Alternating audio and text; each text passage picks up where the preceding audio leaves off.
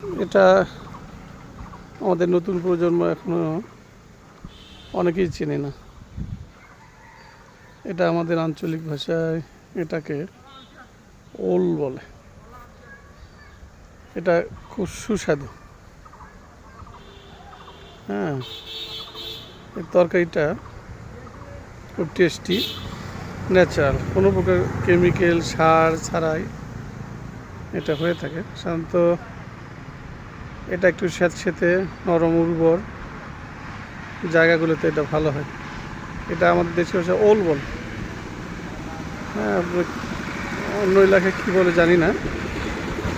এটা ওল, এগুলি খুব ভালো খাবার। চোখে পড়লো অনেকদিন পর, ভাবলাম যে এটা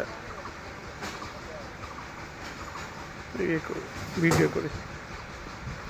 সুন্দর, খুব ভালো লাগলো। অনেক বড় গাছ একটা।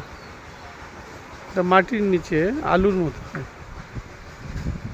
আলুর মতো খুব নরম।